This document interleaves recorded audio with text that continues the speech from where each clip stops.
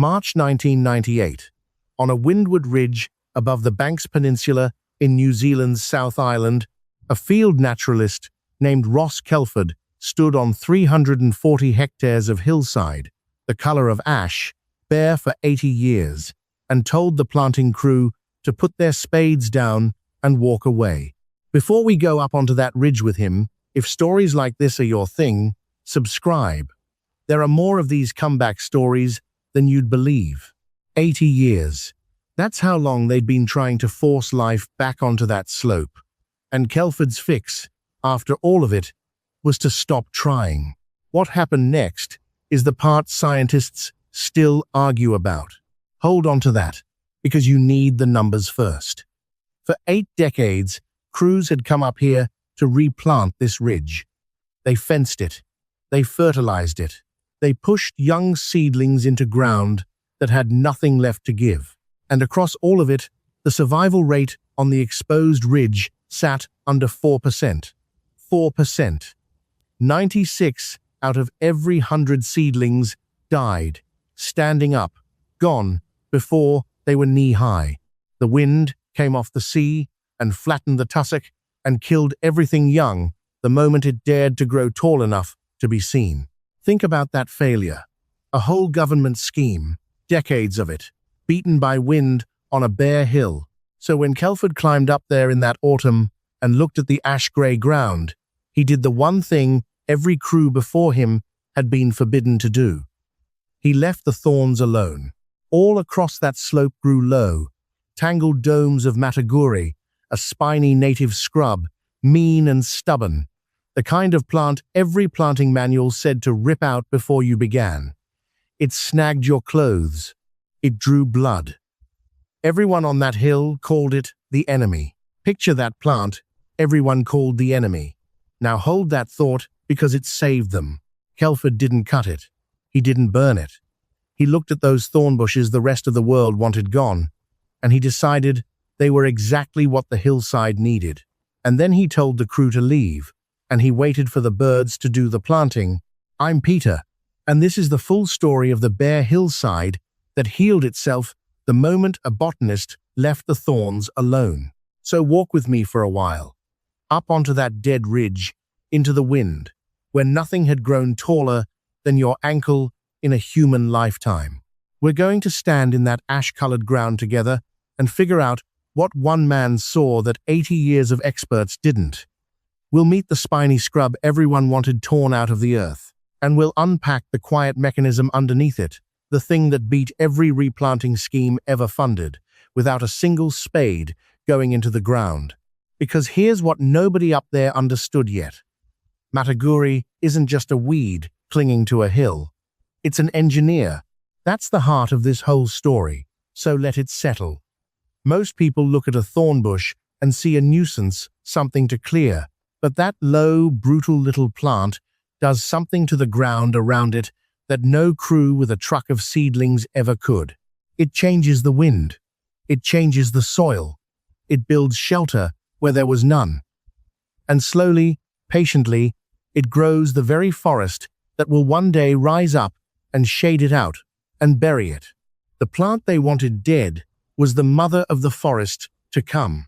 But none of that helps you yet, not until you understand just how completely this slope had died.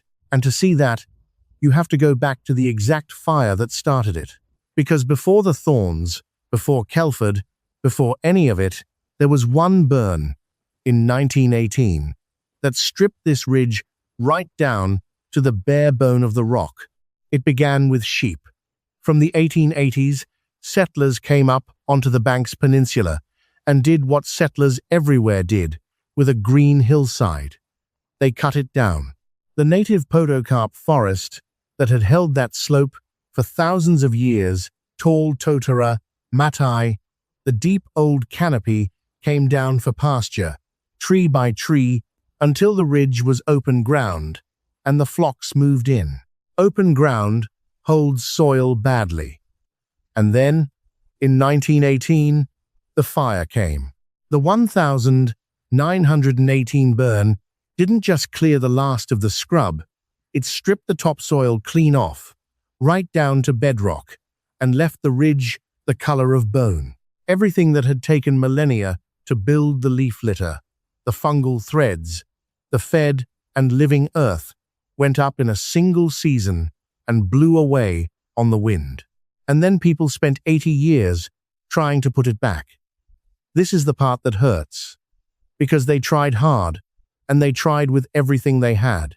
In the 1950s, crews carried 12,000 seedlings up that slope and planted them by hand. They built fences to keep the stock off.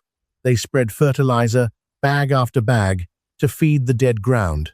In the 1970s, they even ran a pine trial tough, exotic conifers, bred for hard country. All of it beaten by the same thing: the wind. On that exposed ridge, the survival rate stayed under 4%. Picture a single soft seedling standing in that wind. It dries out, it snaps, it dies before its second summer. Same story, decade after decade. The slope stayed bare. Now here's the part most people have never heard. Ecologists have a word for what was actually happening on that hillside, or rather, for what wasn't. The word is facilitation. In the field, they call it the nurse plant effect. And the idea is almost embarrassingly simple once you see it. A bare, wind-scoured hillside is too brutal a place for a young seedling to survive. But a thornbush isn't. A thornbush changes the rules. And the thornbush already growing all over that ridge, the one every planting crew had been told to rip out, was mataguri, the spiny grey tangle nobody would touch. Here's the part that genuinely unsettled the researchers. The plant they'd spent decades trying to kill was the only thing rebuilding the soil. Let me show you how it works, because it's three things at once, and each one matters. First, the spines. Those thorns fend off the browsing birds and the stray stock that would nip a tender seedling off at the stem. Second, the shape. That low, dense dome breaks the killing wind, so the air underneath sits still and warm, while the gale screams past overhead. And third, the part you can't see, the roots. Mataguri roots are packed with nitrogen-fixing bacteria. In plain terms, those tiny bacteria pull nitrogen straight out of the air and lock it into the ground as fertilizer, free of charge year after year. So, under every thorn dome, a small pocket forms, warm, sheltered from the wind, quietly fed by the roots above it. A nursery, hidden inside the thing everyone called a weed. Picture a single soft seedling in that wind. Now picture it tucked inside the thorns. Same hillside, completely different world. Out in the open, it dies in a season. In the shelter of the spines, it lives. That was the whole secret. The mataguri wasn't the enemy of the forest. It was the engineer of it, building the soil, breaking the wind, guarding the ground, one dome at a time, on a slope that had defeated every spade and every fertilizer bag ever carried up it. And this is where Ross Kelford comes in, because his entire intervention was one sentence: leave the scrub alone. Let the birds do the planting. That's it. No new seedlings, no fences, no pine. Just stop fighting the hillside and get out of its way. 80 years of effort. And the answer was to stop. So Kelford left the thorns standing, and everyone waited. And 14 years later, a survey walked back onto that ridge and counted something no replanting scheme had ever produced. 61. That's the number they wrote down, over and over, plot after plot, until the clipboard felt heavy with it. 61 native woody species rising inside the very scrub the government had spent 8 decades trying to burn, fence, and rip out. Here's how it happened, because the mechanism is almost too simple to believe. Once Kelford left the thorns standing, the birds came back first. Bellbirds, drawn by the shelter, and the insects the scrub held. Kereru, those heavy wood pigeons, crashing into the low canopy to feed. And birds don't just visit. Birds plant. Every seed a Kereru swallowed somewhere down the valley, it carried up the ridge and dropped straight into the thorn cover. 5-finger. Kohuhu. Totara. Seeds that would have baked and blown away on the open slope landed instead in a warm, wind-broken, fertilized pocket under the spines. A nursery, and they held. That's the part that still stops me. Nobody sowed a single one of those trees. The whole forest was planted by beak. The survey that measured it went into the New Zealand Journal of Ecology in 2011. The team walked the same ridge, the bare plots, and the thorn plots side by side. In the open ground, still almost nothing after all those years. Inside the Mataguri, 61 species. And the canopy cover, the green ceiling closing overhead, had gone from near zero to 74%. In 14 years, faster than any replanting scheme ever recorded. 12,000 seedlings and fences and fertilizer and a pine trial had all failed on that slope. Doing nothing beat every one of them.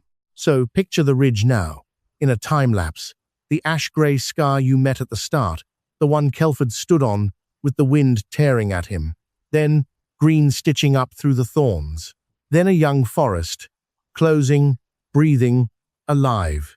That's the answer to the whole puzzle. That's how a bare hillside healed itself the moment a man told his crew to put the spades down. But I want to be honest about what this story does not solve.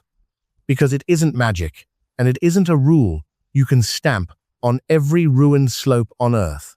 This worked for one reason above all others. There were still native birds nearby, and there were still seed-bearing trees down in the gullies for them to raid. The thorns were the nursery, yes, but the birds were the delivery, and the forest fragments were the supply. Strip a landscape truly bare, no birds, no seed source for miles, and you can leave the thorns standing for a century and get nothing but thorns. Mataguri builds the shelter. It cannot conjure a forest out of empty air. The engineer needs materials. And there's a quieter truth still, one that took me a while to sit with. The forest that rose inside the scrub eventually turns on the scrub as the Totara and the 5-finger climb past the thorn domes. They steal the light. The Mataguri, that stubborn, spiny plant that sheltered every seedling, slowly gets shaded out by the children it raised.